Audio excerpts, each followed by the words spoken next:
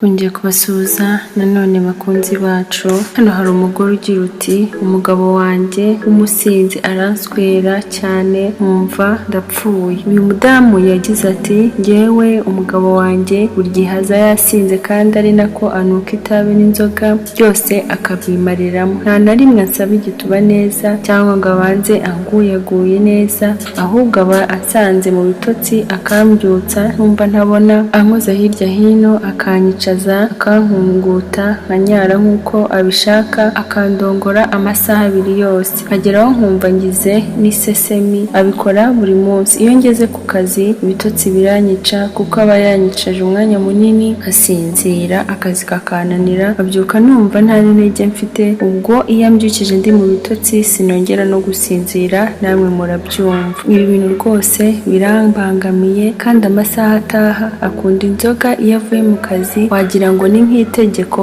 abanza kunyura mu kabari akanywa inzoga, akunda n'itabi cyane, akagera mu rugo nka saa munani, saa sita, ahafi bikaba saa sita. Rwose mumfashe mungire inama. Aha rero twagize amahirwe, hari umuntu wahise umusubiza, ariko icyo nakubwira mukunzi wacu, gume wihangane, uzagenda ubona abagusubiza, abakugira inama bagiye batandukanye. Biro wabashije guhita akugira inama yagize ati wa mugore we ibibi birarutana, ntaba nawe agusindira gukubita imboro, ntagukubite nk'inkoni cyangwa inkonji zo mu mutwe nk'izo kwanura ibirago, cyangwa ngo aze yanyweye yanasweye yarangirije mu bandi bagore. Nubwo utejeje ariko ntiwirabuje. Harira nyir'ubukozwemo rero. Ihangane ujye uguha umusengere, umuganirize cyane, umubwire yuko utabyishimira, umubwire ko bisa nkaho bikubangamiye. Nubona ingeso zitanze ugomba kujya wihangana, kuko iyo atashye gutyo